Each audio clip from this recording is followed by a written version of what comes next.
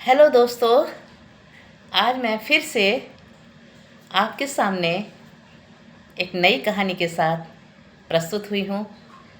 आशा है ये कहानी आपको अवश्य पसंद आएगी। एक गांव में दो बहनें रहती थीं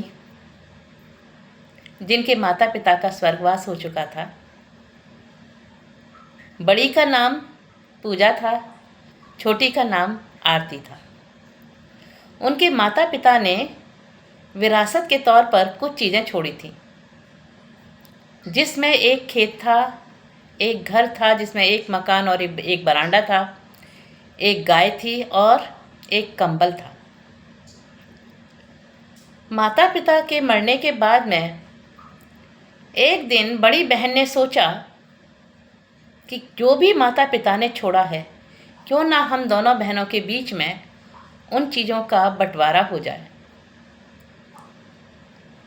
तो उसने छोटी बहन आरती को बुलाया और कहा, बहन, हम दोनों के पास में कुछ बहुत ज़्यादा तो नहीं है, पर जो भी चीज़ें हैं उसका बंटवारा कर लेते हैं, जिससे कि तुझे भी अच्छा लगे और मुझे भी अच्छा लगे और कभी भी कोई भी आपस में झगड़ा ना हो।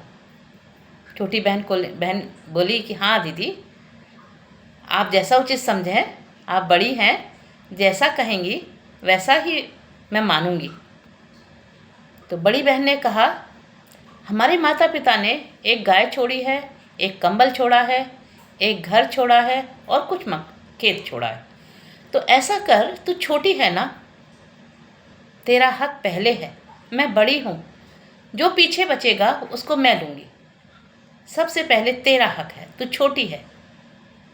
छोटी बहन बहुत खुश हुई, मेरी दीदी कितनी अच्छी है, सबसे पहले मुझे देने की बात कर रही है। खुश होकर बोली, हाँ दीदी, आप जैसा कहें। तो उसने कहा कि देख, एक गाय है जिसका आगे का हिस्सा तेरा, पीछे का हिस्सा मेरा। जो मकान है उसका आगे का हिस्सा तेरा, पीछे का हिस्सा मेरा। कंबल है, 6 महीने तू ओढ़ना और 6 महीने बाद के मैं ओढ़ूंगी। और खेत है, इसको 6 महीने पहले तू देखभाल करेगी और उसके बाद के 6 महीने मैं देखभाल कर लूँगी। छोटी बहन को कुछ समझ में नहीं आ रहा था, लेकिन फिर भी उसने अपनी बहन को कहा, जैसा दीदी आप कहेंगी वैसा मैं करूँगी। और ये बात जो थी उनके बीच में हो रही थी मई में। तो छोटी बहन रात को बड़ी बहन के कमरे में गई, जहाँ बड़ी बहन सो रही थी। तो बड़ी बहन ने कहा, सुबह ही तो तय हुआ था कि पीछे का हिस्सा मेरा है, तो मेरे हिस्से में क्यों आई? तेरा हिस्सा तो बाहर का है ना, बरांडे में सो। छोटी बहन ने कहा, दीदी बरांडे में, कमरे में नहीं। कि नहीं, कमरा तो मेरा है ना, क्योंकि पीछे का हिस्सा है ये, बरांडा है, बरांडा में सो तुम। छोटी बहन बरांडे में सो गई, कोई बात नहीं। सुबह उठी, बड़ी बहन ने कमरे से ही आवाज़ लगाई, आरती, गाय को चारा खिलाओ, क्योंकि गाय का आगे का हिस्सा तुम्हारा है, तुम्हें उसकी सेवा करनी है। छोटी बहन उठी और उसने गाय को चारा वारा खिलाया, अच्छे से उसका पेट भरा, पानी पिलाया।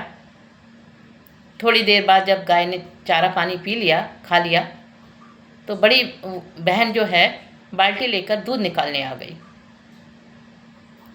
छोटी बहन ने कहा, दीदी दूध तो मुझे भी चाहिए, क्योंकि गाय की सेवा मैंने की है, मैंने खाना खिलाया है उसे, मैंने चारा खिलाया है, पानी पिलाया है, तो मुझे भी तो दूध चाहिए। बड़ी बहन बोली, भूल गई कल का बंटवारा? क्या हुआ था? गाय का आगे का हिस्सा तेरा, पीछे का हिस्सा मेरा। तो गाय के मुंह, आगे का हिस्सा क्या आता है? मुंह आता है ना, उसकी सेवा तो उसको करनी है। और पीछे क्या आता है? दूध निकालना। तो दूध तो मैं निकाल के लेके जाऊंगी, दूध पर तेरा हक नहीं है। छोटी बहन समझ गई कि बड़ी बहन जो है मुझे बेवकूफ़ बना गई, पर अब कुछ नहीं हो सकता था, क्योंकि दोनों के बीच में तय हो चुका था। ठीक है, कोई बात नहीं। अभी क्योंकि गर्मी पड़ रही थी, मई का महीना था, तो कंबल की तो ज़रूरत थी नहीं। खेत में छोटी बहन को बोने के लिए कह दिया कि तू खेत में जाकर के खेत की देखभाल कर, जो बोना है वो बो, नराई कर, गुड़ाई कर, बुवाई कर, पानी लगा। अब छोटी बहन ने अपना काम शुरू कर दिया कि पहले 6 महीने जो हैं मेरे हैं। तो उसने खेत में पानी लगाना शुरू किया, बीज बोना शुरू किया, बुवाई की, नराई की, जो भी काम खेती बाड़ी के होते हैं वो सब छोटी बहन करने लगी। अब 6 महीने बाद सर्दी का मौसम आ गया और इधर में फसल भी तैयार हो चुकी थी। तो छोटी बहन ने कंबल उठा करके ओढ़ लिया। बड़ी बहन एकदम से गुस्सा हुई, अब तुम्हारे 6 महीने बीत गए हैं, कंबल पर अब हक मेरा है, क्योंकि पहले के 6 महीने तुम्हारे थे, अब 6 महीने हमारे हैं। तो दीदी सर्दी है ना, मैं कैसे मतलब ना सर्दी में रह पाऊँगी, कंबल तो मुझको भी चाहिए ना। अब कुछ नहीं हो सकता, तय हो चुका है ना पहले 6 महीने पहले, तब तुमने हाँ कह दिया था ना, अब क्यों मुकर रही हो। बेचारी चुप हो गई। बड़ी बहन की चालाकी उसको खूब समझ में आ रही थी। इधर जब फसल तैयार हो गई तो छोटी बहन फसल काटने के लिए चली। तो बड़ी बहन ने उसको रोक दिया, रुको, अब तुम्हारे 6 महीने पूरे हो गए, अब फसल मैं काट के लाऊंगी। जो खेत के 6 महीने थे वो तुम्हारे थे और 6 महीने बाद के मेरे थे, फसल मैं काट के लाऊंगी। बड़ी बहन जाकर के पूरा फसल काट लाई। मेहनत छोटी ने की और उसका फल बड़ी बहन ले गई। छोटी बहन बहुत दुखी हुई। पूरा साल उसने किस तरह से बिताया वो वही जानती थी। खैर उसने किसी को नहीं कहा, लेकिन वो इतनी मेहनत कर रही थी, जिस तिस करके वो अपना जैसे तैसे गुजारा कर रही थी। और वो दिन पर दिन बहुत कमज़ोर होती जा रही थी, क्योंकि काम पूरा था लेकिन खाने पीने की व्यवस्था उसकी ठीक नहीं थी, बहुत कमज़ोर हो रही थी। साल किसी तरह से निकला तो गांव का जो मुखिया था, एक दिन गांव के मुखिया की नज़र छोटी बहन पर पड़ी।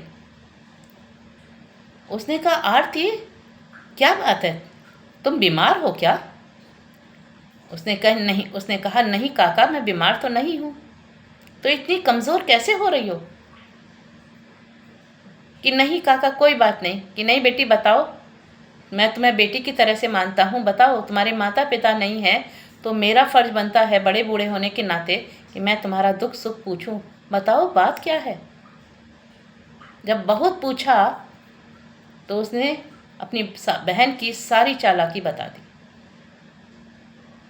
मुखिया ने कहा, अच्छा बेटा ऐसा कर रही है वो तेरे साथ में, आज से मैं जो कहूँ ना वो करेगी। कि बताइए, मैं करूँगी। ठीक है। तो उसने अपनी सारी योजना छोटी बहन को समझा दी, क्या करना है कैसे करना है। छोटी बहन सुबह आई और अपना बरांडे में सो गई। सुबह उठी, उसने गाय को कुछ भी नहीं खिलाया पिलाया, कुछ नहीं खिलाया। थोड़ी देर बाद बड़ी बहन आई और उसने दूध निकालने की कोशिश की। अब गाय तो भूखी थी, वो दूध कैसे दे। उसने एक लात मारी बड़ी बहन को, उसकी बाल्टी एक तरफ फेंक दी। बड़ी बहन बोली, आज ये लात क्यों मार रही है, रोज़ तो अच्छे से दूध देती थी, आज तो ये दूध नहीं दे रही है, क्या बात है। तूने क्या, उसने उस जो जहाँ चारा खाती हैं, लड़ामनी जिसको कहते हैं गांव की भाषा में, उसमें झांक के देखा, उसमें तिनका भी नहीं पड़ा था। उसने छोटी बहन को आवाज़ लगाई, आरती आरती, आज तूने गाय को चारा नहीं खिलाया। आरती बोली, हाँ मैंने नहीं खिलाया, क्योंकि आगे का हिस्सा मेरा था ना, मैं अपने आगे के हिस्सा का कुछ भी करूं, गाय का आगे का हिस्सा मेरा, मैं कुछ भी करूं, खिलाऊं ना खिलाऊं। बड़ी बहन बोली, ये क्या बात हुई, खिलाऊं ना खिलाऊं, तूने क्यों नहीं खिलाया। कि नहीं मेरी इच्छा, मैंने नहीं खिलाया। बड़ी बहन कुछ नहीं बोली, चुप हो गई। क्योंकि ये तय हो चुका था कि आगे का हिस्सा वो है, जो चाहे वो सब वो करे अपने आगे के हिस्से के साथ में। दूध आज नहीं मिला उसको, बहुत परेशान। उसके बाद में उस बड़ी छोटी बहन ने उस कंबल को पानी में, रात को बारिश आई तो उसने पानी में पड़े रहने दिया, कंबल भीग गया। रात को जब बड़ी बहन ओढ़ने के लिए चली तो देखा कंबल तो भीगा हुआ है। वो जोर से चिल्लाई उस पर, छोटी बहन पर, आरती तुमने आज ये क्या किया, कंबल भीग गया और रात को मैं कैसे सोऊंगी इसको। उसने कहा दीदी मैं क्या करूं, अब तो तुम्हारे टाइम चल रहा है ना, तुम देखभाल करो ना कंबल की, भीग रहा है क्या कर रहा है तुम देखो, मेरा टाइम तो गया। छोटी बहन बोली ये क्या बात हुई भाई। बड़ी बहन बोली ये क्या बात हुई।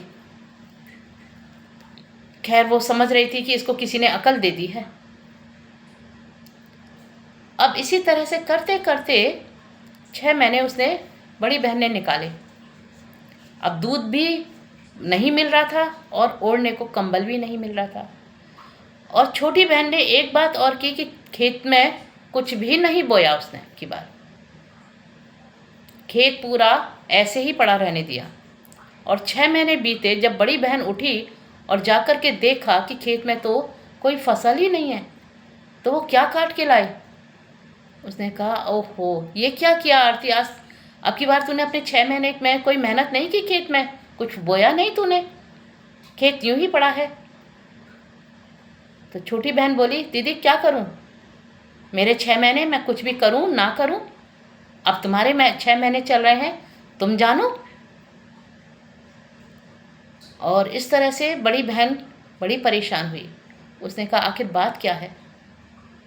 उसने कहा दीदी तुम्हारी चालाकी मुझे सब समझ में आ गई है, तुमने किस तरह से मुझे बेवकूफ़ बनाया है, सारी चीज़ों पर हक अपना रखा है और मुझे तुमने कुछ भी नहीं दिया है। तो इस तरह से तो नहीं चलेगा, जैसा तुम करोगी वैसा ही मैं करूँगी, जैसा बोओगे वैसा फल पाओगे। Thank you. यदि आपको मेरी ये कहानी पसंद आई है तो प्लीज़ मेरे चैनल को सब्सक्राइब कीजिएगा, लाइक कीजिएगा और शेयर कीजिएगा। धन्यवाद।